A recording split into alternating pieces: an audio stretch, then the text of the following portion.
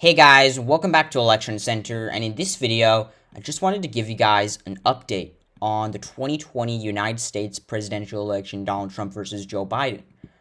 Basically, what are the recent big developments and what's sort of going on right now? Because there have been some major developments in this race. Because there was a few days ago the presidential debate, but then much bigger news more recently the other day. Donald Trump has been diagnosed with COVID-19.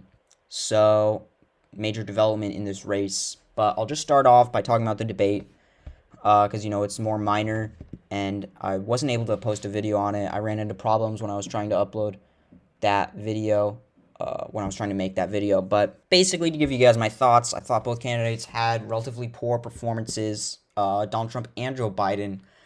They both maybe had some good moments, but I thought that the bad aspects of their performances maybe outweighed the good.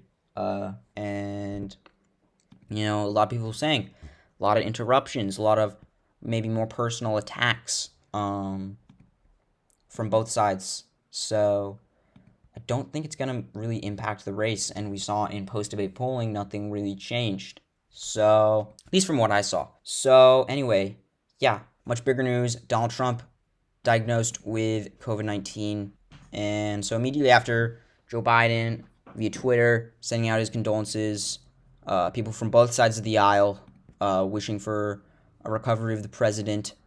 World leaders from around the world sending their condolences to Donald Trump. And Joe Biden, his campaign, pulling negative ads because this would obviously not be a good moment for negative ads.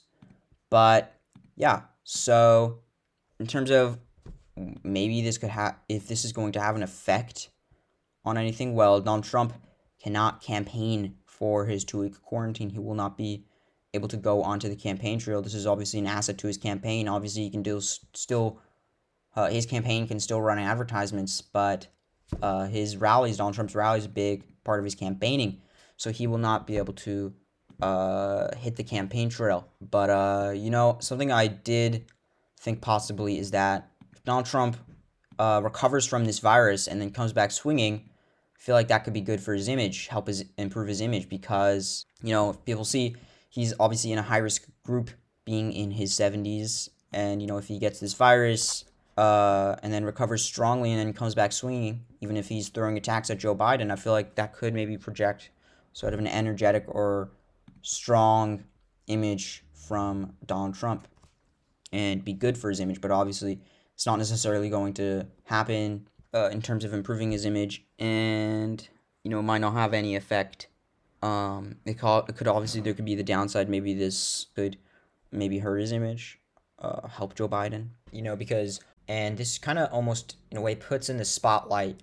This could put in the spotlight every maybe irresponsible thing related to COVID that Trump was involved in. So, any large rally, if there was maybe people who weren't wearing masks, anything he said that could be interpreted as, not taking it seriously, all this stuff could now be even more put in the spotlight than it already has been.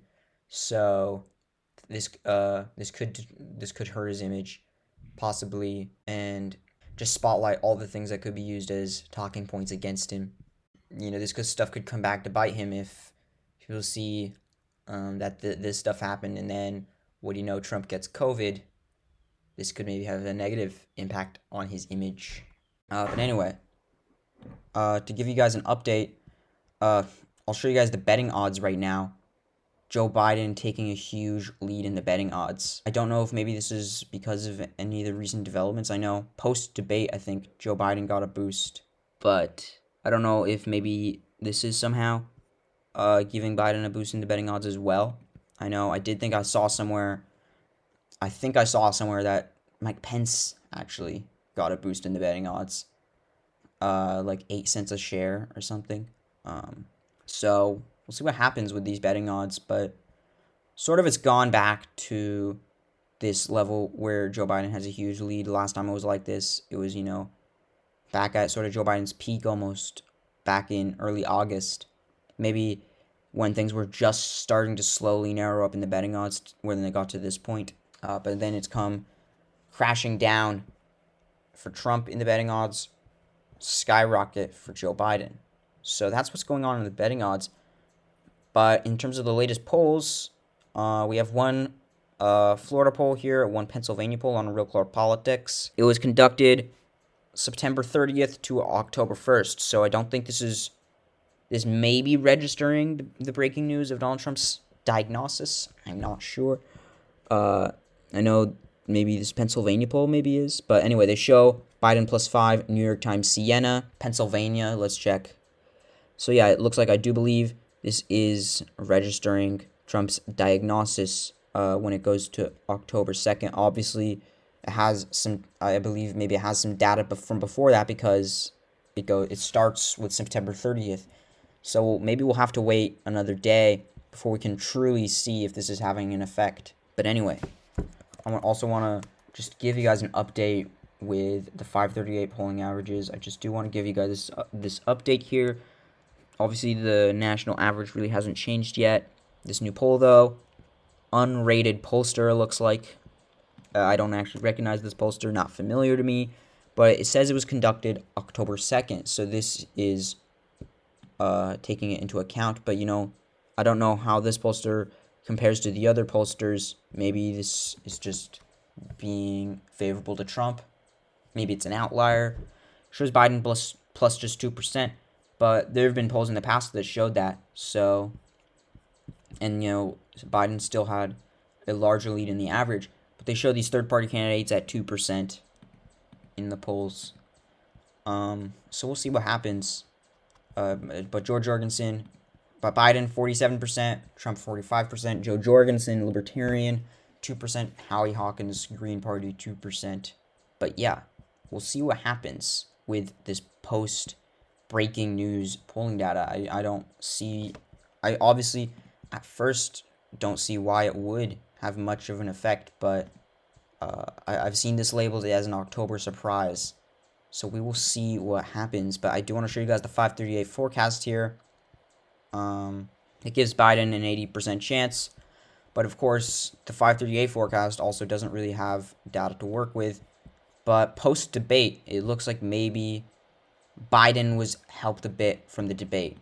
It does look like that. And also, I do think that people maybe were a bit surprised by Biden's performance. They thought he was going to do worse. We all know he did not have good performances in those crowded primary debates.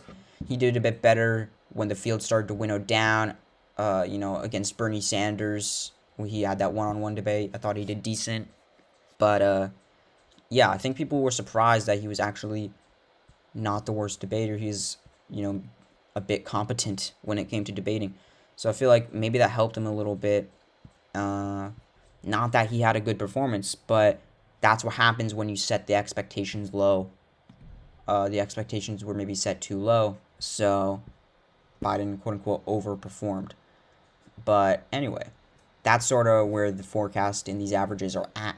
That's sort of what day they're at. They're at, October 1st, September 30th. That's where they're at right now. More reflective of where the race stood as of September 30th. But we will see what happens. And I want to show you guys what my last prediction was. By the way, I was talking about Biden getting a boost. I didn't really mean he got a boost in the polling averages or anything too much. But all I know is that the betting odds flipped to him.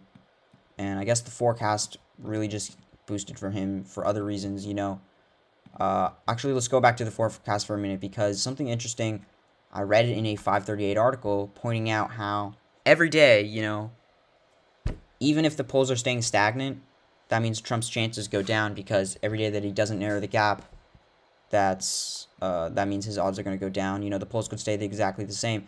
But this 20% probability, that's including the possibility of him narrowing the gap. So every day the gap doesn't narrow, that decreases his odds. But anyway, what my last prediction was it was like 290 Biden, 248 Trump. So I was predicting a narrow Biden victory. But I'll take a look at this map and see if maybe anything changed. I had the margins filled out. I'm not going to be focusing too much on the margins today. I sometimes do that in my videos, sometimes not. But I normally do that when my video is purely just about the electoral map, but since this video does have some other things I'm talking about, I gotta keep it a bit more compact. But yeah, I had something like this: Florida, North Carolina, maybe some other states. I think these districts were all tilt margins where they were razor thin, less than 2%. So that, or maybe even less than 1%.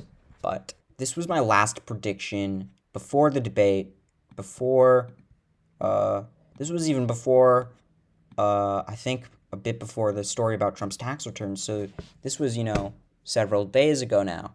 But after the debate, I feel like maybe things are a bit worse for Trump. But prior to the COVID news about Donald Trump getting COVID, I was thinking, okay, things are getting a bit worse for Trump. I was maybe predicting Biden getting a couple of these tilt states, maybe something like this, maybe even something like this. But yeah, after that, we're not seeing movement. We're not seeing movement. That's a big thing. So we'll see what happens. But I really just could not begin in terms of thinking if this is going to have any effect. But we could say if Donald Trump comes back with that image of strength, that's something that I think could happen. And he takes maybe one more electoral vote or something. I really don't think it would make a big difference, but maybe he takes one of these. I don't know what I classified Arizona. I think I classified it as lean last time, but if it was a tilt, maybe he would take that state, just narrow it up. I really don't think it would have too big of an impact. We're seeing a remarkably stable race throughout this entire campaign. But yeah, this has been labeled the October surprise, so we'll have to see what happens. But basically, I'm going to wait for the data to sort of make my next prediction. But I really just wanted to, in this video, give my thoughts and address what these new developments are, what's going on right now, what's sort of going on in the race, what's changed, if anything. And yeah, I just wanted to give you guys an update on what's going on. But anyway, so yeah, I hope you like this video in terms of getting up to date on the election. And definitely, leave a comment down below because I'm definitely interested in hearing your guys' thoughts on the 2020 election and what's going on in the race. But yeah, if you like these videos I make on this channel about electoral maps, the statistics about the election, and all things elections, definitely subscribe to my YouTube channel because I think my videos are going to be right up your alley if you're interested in elections. Definitely subscribe to my channel if election videos are up your alley. And so I say once again, I hope you guys got something out of this video, and I will see you in the next Election Center video. Bye, guys.